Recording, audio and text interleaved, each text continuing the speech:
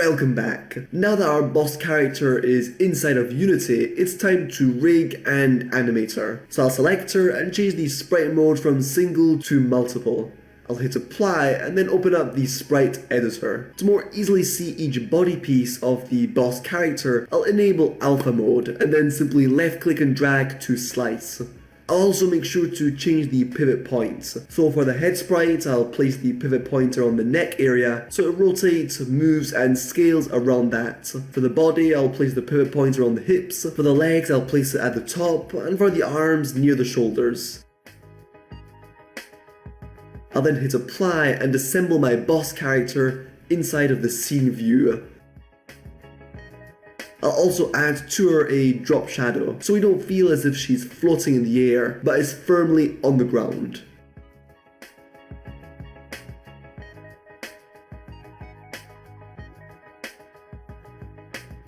It's at this point that you choose how big you want your boss to be compared to the player. Make him too big and he'll be very easy to hit. Too small and he might not look intimidating enough. I think this looks good, and I'll make sure to set up the hierarchy appropriately. So I'll parent the head to the body, so when I move, rotate or scale the body, the head will move, rotate and scale with it along the body's pivot points. I'll then parent the arms to the body, and I'll just leave the legs as they are, which is to say parented to the boss root empty game object. Alright, selecting that root empty game object, I'll head over to my animation timeline and hit create new animation. I'll start by creating the boss's intro animation. In other words, the animation it will play when it first enters the game world. As I said in part 1, I want the boss to come crashing to the ground as if she's fallen from the sky. So first things first, I'll hit the red record button. Now I'll select the body and legs and click this little box up here to disable them. In other words, completely hide them from sight. I'll then scale down the drop shadow until it looks like a tiny black dot on the ground, and then after 1 to 3 seconds, that's completely up to you, I'll scale it up as if some large object, in this case the boss, is quickly approaching the ground. A bit before the shadow is fully scaled, I'll grab my body and legs and enable them again. I'll then squash the body due to the impact of hitting the ground. Then I'll stretch her body a few milliseconds later, then squash it again and finally set it to its default scale. I'll now hit play.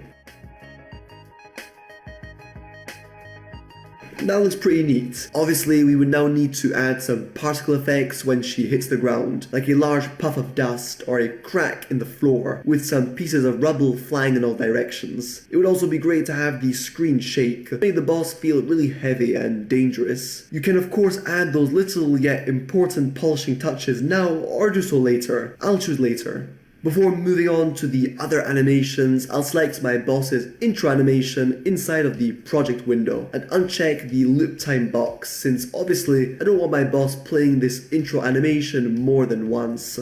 What I'll now do is create the boss's walk animation.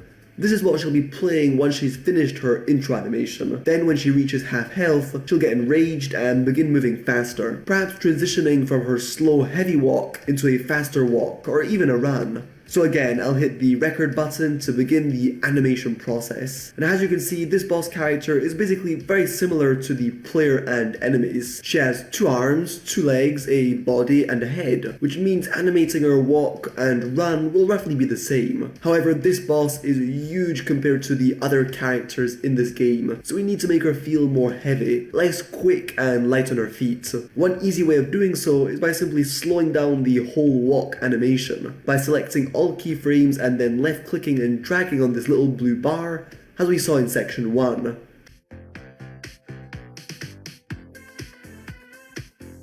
Also keep the boss's feet on the ground for a few extra milliseconds. For example, here the left leg is on the ground, so I'll copy that left leg keyframe and paste it a few milliseconds after. This way the leg doesn't move for those couple milliseconds. This sort of little detail really makes her feel more heavy. With that done, I'll head over into my animator window.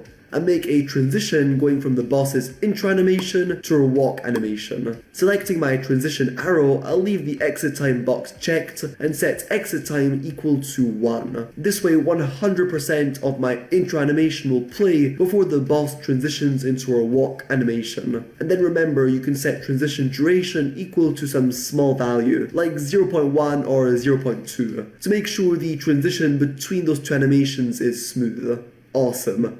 All that's left to do is the run animation, which the boss will play when she reaches half of her initial health. Because remember, I want her to move faster and so become more dangerous and difficult for the player to beat. Now, you could of course make an entirely new animation from scratch, or you could take a little shortcut by selecting all the keyframes that make up the boss's walk animation, copying those and pasting them for the run animation. Then you could squash all those keyframes together to speed up the animation. And so now you have a faster version of the animation we made earlier. I'll now add a few things to the animation, like perhaps rotating the boss's head left and right to make her look slightly mad or enraged. I'll also accentuate the rotation in her small arms.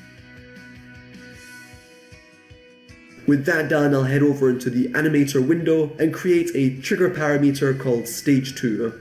I'll now make a transition going from the walk animation to the run animation, and for conditions I'll add that stage 2 trigger parameter. In other words, when we type anim.setTrigger stage 2 via code, the boss will transition from her walk into a run. I'll uncheck exit time and set the transition duration equal to 0.1. Lastly, make sure that these two newly made animations loop by selecting them inside of the project window.